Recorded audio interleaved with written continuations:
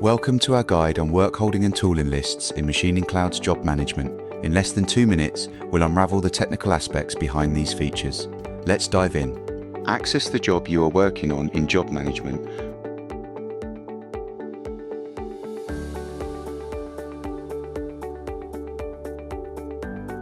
From the work holding list, you can view any work holding you have previously added, including the 3D models of single work holding or full work holding assemblies.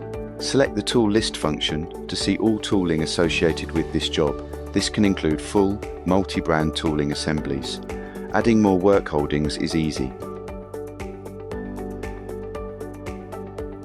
Once on the product page of the item you want, simply select, Add To, then Current Job, and that item will be added to work holdings for the job selected. The same goes for tooling or tooling assemblies. Anything added goes to the bottom of the list, and for ease of use, items in either the work holding or tooling list can be edited or deleted within the lists.